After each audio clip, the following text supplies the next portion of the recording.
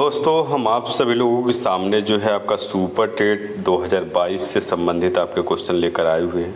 और यह क्वेश्चन जो है बाल मनोविज्ञान से आपका लिया गया है और इसमें आपका बहुविकल्पी टाइप का क्वेश्चन आपको सम्मिलित किया गया है और इसको हम लोग व्याख्या के साथ स्पष्ट करने वाले हैं। और यहाँ से आपके 10 नंबर के क्वेश्चन आपके पूछे जाते हैं और यह आपका जो है 5वां भाग है आपका।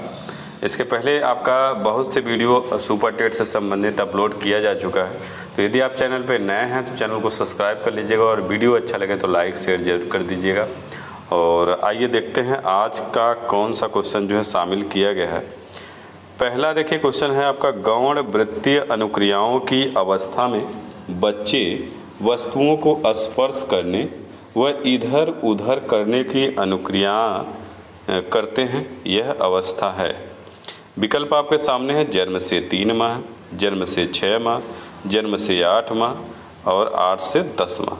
तो यहाँ पे जो आंसर है वो आपका दूसरा वाला सही है। जन्म से 6 माह के भीतर जो है आपका गौण वृत्तीय अनुक्रियाओं की अवस्था में जो है बच्चे वस्तुओं को स्पर्श करने और उन वस्तुओं को इधर उधर करने में दिलचस्पी रखते हैं। लेकिन आपका यहाँ पे देखिए जो आपका है कि वह यह गौण वृत्तीय अनुक्रिया जो है 4 से 6 माह के आपका भीतर है, लेकिन आपके विकल्प में यह नहीं है। इस वजह से आपका जन्म से 6 माह आपका आंसर जो है सही होगा।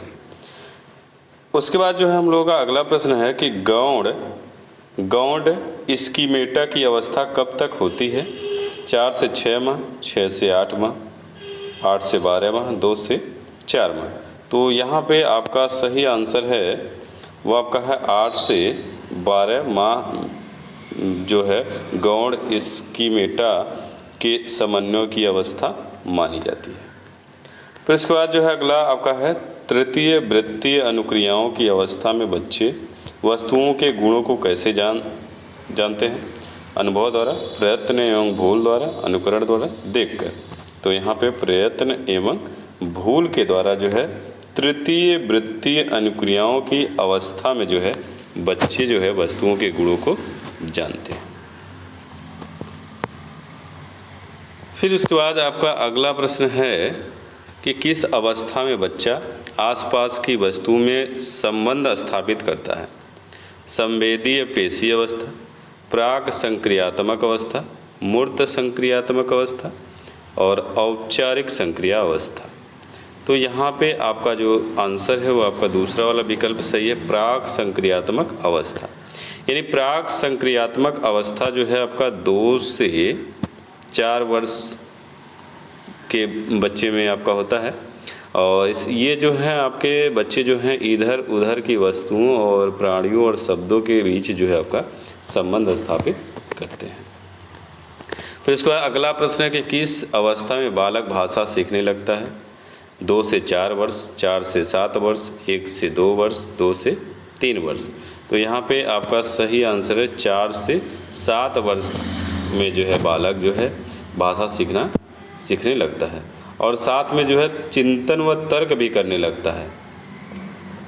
तो इस अवस्था को अंतर्दर्शी अवस्था भी कहा जाता है। यानी कि जो ये आपका 4 से 7 वर्ष की अवस्था को अंतर्दर्शी अवस्था कहा जाता है और इसमें जो है बालक भाषा सीखने लगते हैं और चिंतन और तर्क भी करने लगते हैं।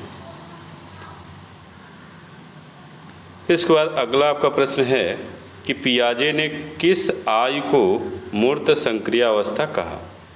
2 से 4 वर्ष, 5 से 7 वर्ष, 7 से 11 वर्ष, 11 से 16 वर्ष। तो पियाजे ने जो है 7 से 11 वर्ष आयु के बच्चों को जो है मूर्त संक्रिया अवस्था कहा है। इसके बाद अगला आपका प्रश्न है कि शैशवावस्था में किस संवेग का विकास होता है? भय, क्रोध, प्रेम, उपरोक्त सभी। तो शैशवावस्था में आपका 3 संवेगों का केवल विकास आपका होता है, जिसमें ये तीनों आपके विकल्प सही हैं, भय, क्रोध और ये प्रेम। ये यानी कि आपका चौथा वाला विकल्प सही होगा, उपरोक्त सभी। शैशवावस्था में केवल 3 ही आपके जो संवेग हैं वह आपके विकसित हो पाते हैं। तो वह तीनों कौन सा है? भय, क्रोध, प्रेम। फिर इसके बाद आपका अगला प्रश्न है कि किस अवस्था में वातावरण संवेगात्मक विकास को प्रभावित करने लगता है? शैशवावस्था के प्रारंभिक चरण में, शैशवावस्था के अंतिम चरण में, बाल्यावस्था में, किशोरावस्था में। तो यहाँ पे आपका आंसर होगा कि शैशवावस्था के अंतिम चरण में वातावरण संवेगात्मक विकास को क्या करता है? प्रभावित करता है। यानी कि दूसरा वाला विकल्प आपका सही होगा, शैशवावस्था के अंतिम चरण। अब उसके बाद अगला प्रश्न है कि किस अवस्था में संवेगों में अस्थायित्व आना प्रारंभ होता है? शैशवावस्था में, बाल्यावस्था में, किशोरावस्था में, युवावस्था में।